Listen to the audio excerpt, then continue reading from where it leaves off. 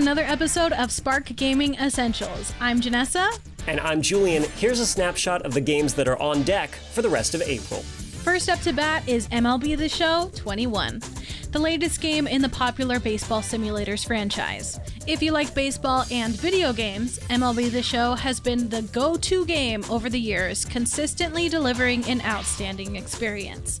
And this year is no different, though it does offer some quality of life improvements like additional precision when pitching and fine-tuning the franchise and Road to the Show modes. But the biggest addition that fans of the games will be stoked to play is the Stadium Creator mode. Now, you'll have to be playing on current gen to take advantage of this, but you'll have the ability to take your favorite stadium and make it your own by changing wall heights, setting crazy boundaries, and adding statues and greenery.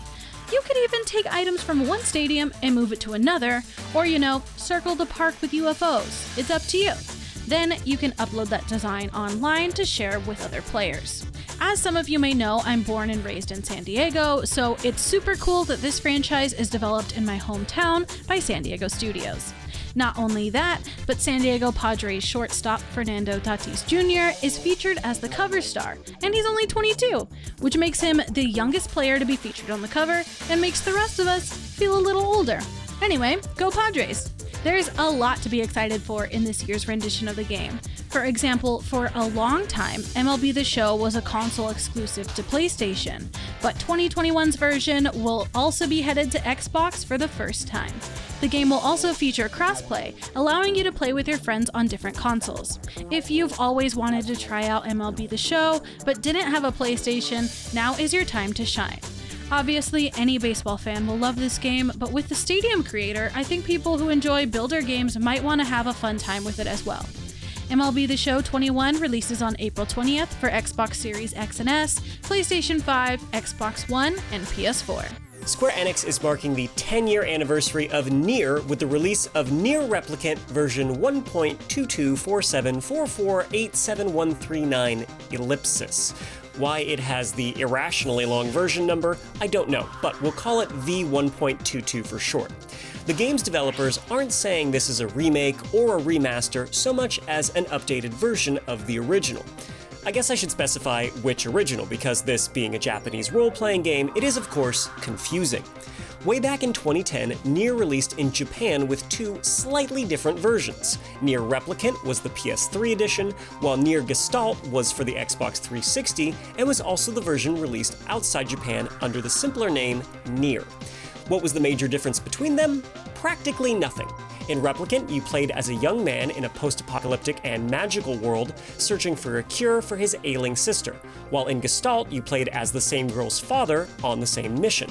Aside from some dialogue and music track differences, the world, story, and action RPG combat with bullet hell elements were identical. While the game had a mixed reception in the West, mostly due to its look, reviewers praised it for its soundtrack, strong characters, and willingness to experiment with gameplay and story. Its loosely connected 2017 sequel, NieR Automata, was well received and brought a ton of new fans to the series. So Replicant V1.22 aims to incorporate some elements of Automata, like its combat, while keeping the original's charm intact. If you're a JRPG fan, if you loved Automata, if you played the original NieR and wished it was prettier, or if you just want to see what that elusive other version was like, check out NieR Replicant version 1.224744871139 ... when it launches for the PlayStation 4 and Xbox One on April 23rd. So, I'm a 90s kid, and I'm pretty sure Julian's a 90s kid. So I think we're qualified to say that 90s kids everywhere are rejoicing over the sweet, sweet nostalgia that is new Pokemon Snap. The original Pokemon Snap was released in 1999 for the N64, and now 22 years later, we are finally getting a sequel. New Pokemon Snap will have you traversing the islands of Lental and assisting Professor Mir with the very important scientific research of completing the Photodex. Hop into your autonomous vehicle and let it do the driving while you do the shooting. You can use the Joy-Con's gyro controls or the analog sticks to aim your camera and get the perfect Pokemon picture. You might have to throw a fluffy fruit at a Pokemon to get its attention, or use the scan feature to unveil hidden Pokemon. Each level that you drive through will have a variation of some sort, like a day or a night version, additional Pokemon to see as you gain more experience, and alternate routes, so no two rides are the same. After your expedition, you will have Professor Mir evaluate your photos, and he will rate them anywhere from 1 to 4 stars. You'll want to collect each of these star levels for over 200 different types of Pokemon.